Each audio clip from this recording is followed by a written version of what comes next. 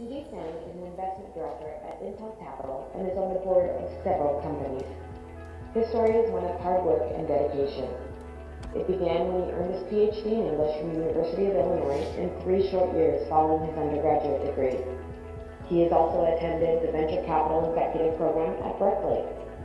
A tech innovator, Sanjit is on Hillary Clinton's Tech Innovation Policy Advisory Team, the University of California's Innovation Council, and is also helping the Indian Prime Minister on how to bring Silicon Valley innovation to India. A recognized speaker, Sanjit is also a mentor at both Stanford and Berkeley's entrepreneurship programs. As the investor in numerous startups, Sanjit understands the importance of the entrepreneurial spirit and has several successful exits within 1 year of investment with excellent financial returns. With over a decade of executive leadership experience, he is always ahead of the curve and has worked on big data analytics before the word big data even became a thing. Similarly, he launched 2 online courses during graduate school in 1999 and has published many papers on learning. If it wasn't enough, Sanjit has also an interest in filmmaking and has made several short films. Ladies and gentlemen, Mr. Sanjit Jain.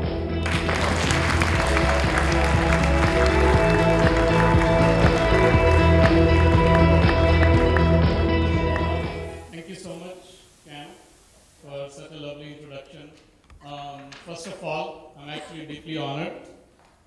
Pleasure is all mine. Thank you so much for inviting me.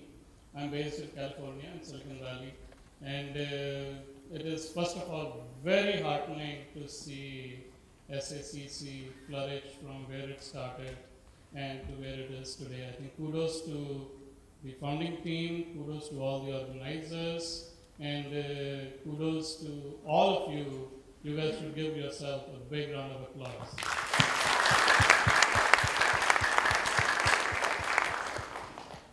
And I wanted to extend a special thanks to Gundeep for inviting me. Jasminder, where's Jasminder?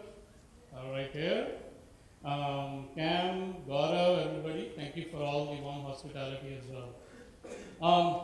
I'll briefly share a little bit about my career path, and then I'll talk about entrepreneurship. I was born and brought up in Delhi. We are 2 brothers. My brother also lives in Silicon Valley, and we were part of a middle-class family in Delhi, where education was as important as food. I think that is true for a lot of households. In our case, education was like the number 1 thing. And that is what kept us going. And to be honest, what my parents really inculcated in me, and that I still thank them for, is the joy of learning. It's actually less about degrees, it's less about education, it's about understanding what you are passionate about, and it's about continuous learning. This will be a little bit of digression, but I do want to mention we judge people by the college they went to. We judge people by the degree they have. Actually, somewhere down the line, I want to change the mentality to looking at what does the person know, what learning does the person have, and that's a continuous process. It's not just a one-time process that happened in your life at the time when you went to college. I was born and brought up in Delhi, went to Guru Har Krishan Public School in Shadra, and then went to Chandigarh for my engineering degree, and then came to US for graduate school. I came for a master's degree to the University of Illinois, but within a few months I changed to PhD because I really liked what I was doing. It really, at that time, I would rarely even go back to my apartment. My roommates would say, I never see you. I pretty much made my lab, where I was doing the research work, as my life. Until date, I still don't understand when people talk about work-life ratios. It's actually flawed. If you are in a piece of work, if you're doing a piece of work that you don't enjoy, then you start looking for, oh, I'm so tired, I need to go for vacation. You actually need to find something that you truly enjoy, and then your vocation and vocation actually merge. That is when you feel blessed, and that is true bliss. If you're not doing that, you're in the wrong profession. And for me, I finished my PhD, moved to Silicon Valley. I've been there for the last 16 years. Currently, I'm an investment director at Intel Capital. Just to give a 30-second overview of what I do before I get into some lessons learned. I'm a venture capitalist, Silicon Valley in general, East Coast area in general. I think both of these areas are well known for technology startups in several sectors, in media, in search, in social networking, etc. We as venture capitalists, we invest in these companies when they are small. Sometimes when there are 3 people in a garage. And then we help them grow. We join their board, we help them grow, we mentor them, we learn from them as well. It's actually a 2-way process. So that is the job of a venture capitalist, for those of you who are not familiar with it. Intel Capital is the venture arm of Intel. We are pretty active investors. We are among the largest venture capitalists in the world. We invest roughly $500 million per year. And it's an evergreen fund. We've been doing that for the last 25 years.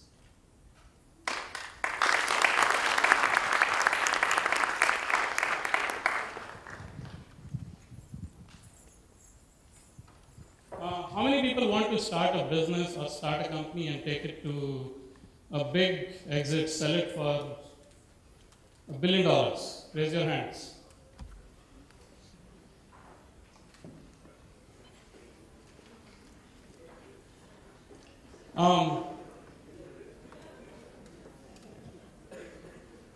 So that is a great dream to have, and I fully support it, but I have a little different viewpoint. I like the theme, success has no limits, and I fully subscribe to that. But if you chase success, success will never happen. It might happen out of luck, but you can't orchestrate it there. If you chase, there are so many people who come to me and say, hey, I want to start a company. And my first advice to them is, if you are looking at starting a company or starting a business with the goal of making money and succeeding, not going to happen. Start with the problem. Start with the problem that you can identify and talk about that problem very precisely. What is the specific problem you're trying to solve? It doesn't matter whether it's a technology startup or whether it's an IT services company, like Sunny ji mentioned, or if it's another business. Start with the problem. Just because you want to do a company or a business doesn't mean there will be customers lining up. For you to find your product market fit, which is the essence of any business you do, you have to start with the problem that exists. Understand how big the problem is. Define a solution. That needs to be the starting point versus saying, I want to start a business and sell it for $1 billion. Once you get past that problem phase, create your 30-second pitch. I was very happy to see, I think somebody mentioned, hey, you have, I think to Gundeep, give me your 30-second elevator pitch. That's exactly what you need to do as an entrepreneur. There are a ton of entrepreneurs who fail at that. I meet 2 entrepreneurs a day as part of my job. And it's awesome to meet them.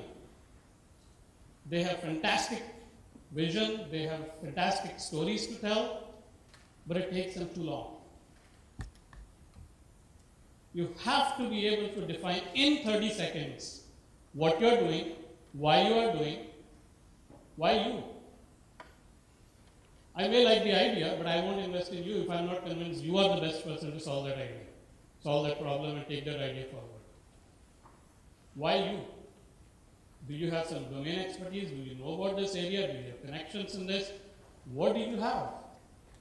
Why you? And then, why now? I may want to say, I want to change the healthcare system in America. It's totally messed up. But why now? People have been talking about it for the past 20 years. Why now? Because when I invest, let's say I invest $5 million into your company, it will give you a runway of 1 year, 2 years. If you can't find revenue in that time frame, you're out of business. So tell me why now? When I was in graduate school, I actually never believed in a particular subject, doing only a particular subject. So my mind always was running around, what else can I do? This was back in '99.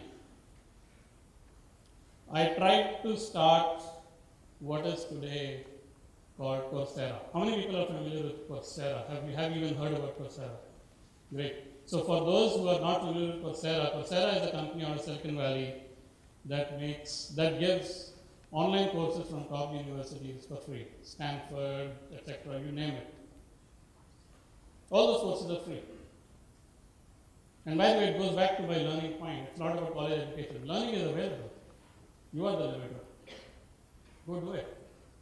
So I tried to actually start, this was back in '99, and keep in mind at that time, even internet penetration around the world was not that high.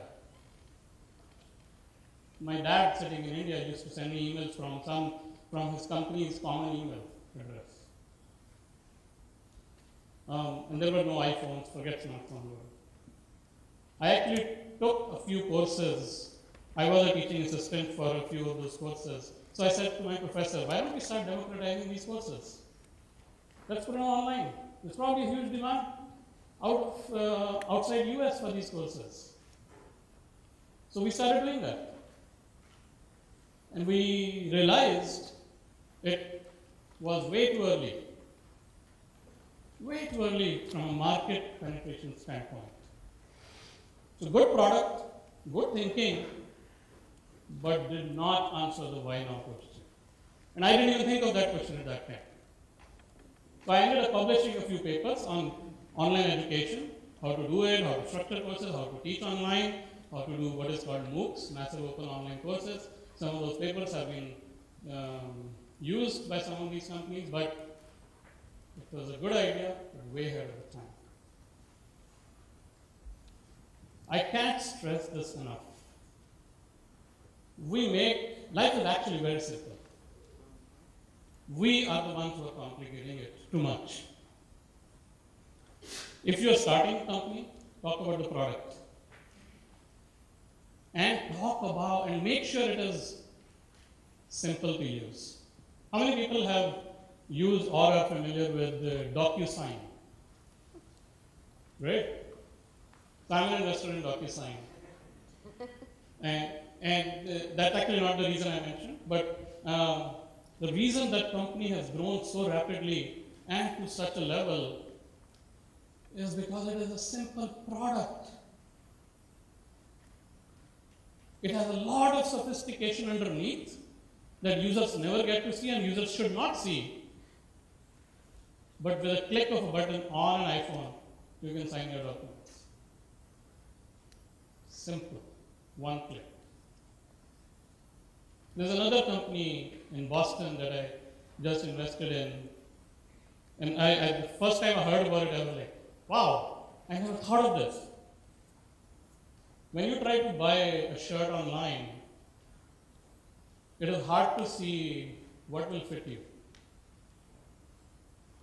And there are some companies, technology companies, trying to solve that problem by saying, hey, scan yourself, put your dimensions, or take your image. That just causes too much friction. Whenever you add friction in a buying process for consumers say, forget it. Right? This company said, I'll ask you 3 questions. I'll ask you which shirt from your closet fits you the best. Tell me. From your closet, which shirt do you like the best? You put that in. It asks you for your weight, your height, and it tells you, based on that, the shirt you're shopping on Macy's.com will not fit you. Here's a better fit. Problem solved. with 3 questions. Now there is a whole back-end engine, there's a whole big data analytics engine and machine learning in the background that is actually doing the work. They have mapped out, they have done the effort of mapping out all these SKUs, shirts that are out there, and they continue to do the new ones every month. But it's a simple solution. It's a Series B company still, so you probably have not heard about it. But those are 2 examples of what I mean simplicity. You know, a lot of entrepreneurs come and say, I have an idea. How many people have an idea here? How many people have an idea? Come on, don't be shy. We all have. I bet if I do a 3-4 hour session here, all of us together, we all put down our top 5 ideas, then we do a survey or voting or whatever, we'll come up with 3 killer ideas to go after. In 4 hours, we'll debate it, we'll do everything, but we'll finally agree on 3 killer ideas. At the end of the day, it does not matter. There are ideas, I get same pitches. I get, my inbox is so bombarded, I get pitches from US, I get pitches from Bangalore, I get pitches from Europe, I get pitches from Shanghai. Sometimes it's the same idea. But it does not matter. What matters is who can execute the best. That's all that matters. Startup success, when people look at companies like WhatsApp was bought for 20 billion. Facebook is such a big company, started from somebody's dorm room, and so on. It's actually not the idea. It's the execution and it's continued innovation on a monthly basis where these companies have succeeded. One thing you have to be able to do very well, anybody who has sold the company will understand this. You have to be able to show, here is my vision, think big, and here is my vision, and here is a world I want to drive that does not exist today. You have to be able to show to investors, to potential employees, to customers, partners, to everybody, what is the impact my company will make to the world today? If you can't do that, you've lost the game. And believe it or not, there are more companies being sold or acquired at hundreds of millions of dollars based on future potential than on current revenue.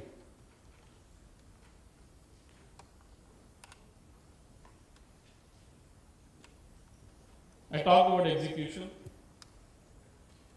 I talked about college degrees. I talked about learning. At the end of the day, you yourself are the only limiter to achieving success. Look at yourself in the mirror and say, hey, why can't I do this? What is stopping me? There's nothing stopping me. Get out of your comfort zone. I get so many pings from people saying, I work at this big company. I work in Wall Street, or I work in IBM, or I work in Microsoft. I want to do a startup. What is holding you back? Start working towards it. Start building a product. Take a risk. And who are better entrepreneurs than 6?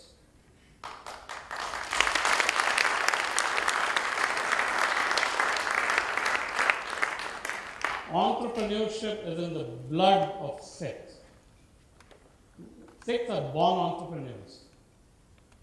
We don't need to be taught entrepreneurs. We just need to execute on it. And very much aligned with what SACC is trying to do, I really believe for success, 50% is what you know, 50% is who you know. You may be the Newton of the world, but if you cannot get to take your product to the right customer or to the right partner or to be able to showcase to the world, nothing matters. You will not achieve anything. Network, network, network. It's not just for networking, it actually helps you with learning as well. A few years ago, I created a rule for myself. A rule of 1-1-1. Every week, I make sure I meet one new person and learn one new thing from him or her. Every week. It doesn't matter what the person does. There's always something to learn. It's up to you how you take the learning and how you extract the learning. I sit down with that person for 1 hour and I learn. That's all I'm trying to do in that meeting. That is why I talked about don't constrain yourself with your degrees and college that you went to. Learning is happening every day. It's available to you every day.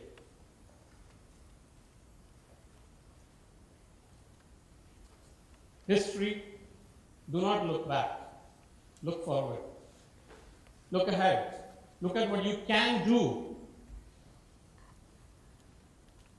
Robert Noyce is the co-founder of Intel. This is a quote as you enter Intel in the Santa Clara headquarters. This is a quote you see every day. It doesn't matter what the history is. The world will be very different 5 years from now. And you want to be the one to drive it rather than watch it on the sidelines. You can. But don't do it alone. Do it together. Help each other. Exactly like what SACC is trying to do. Mentor each other. Mentor the younger generation. Help each other. Help your peers. You actually achieve more by doing that. So I urge everybody to create a goal for yourself. Ask yourself, what problem am I going to identify and what am I going to execute to and by when? And identify your strengths and identify your passion more importantly. Make sure that problem excites you because there will be dark days. When the world around you tells you, this is not working, shut it down.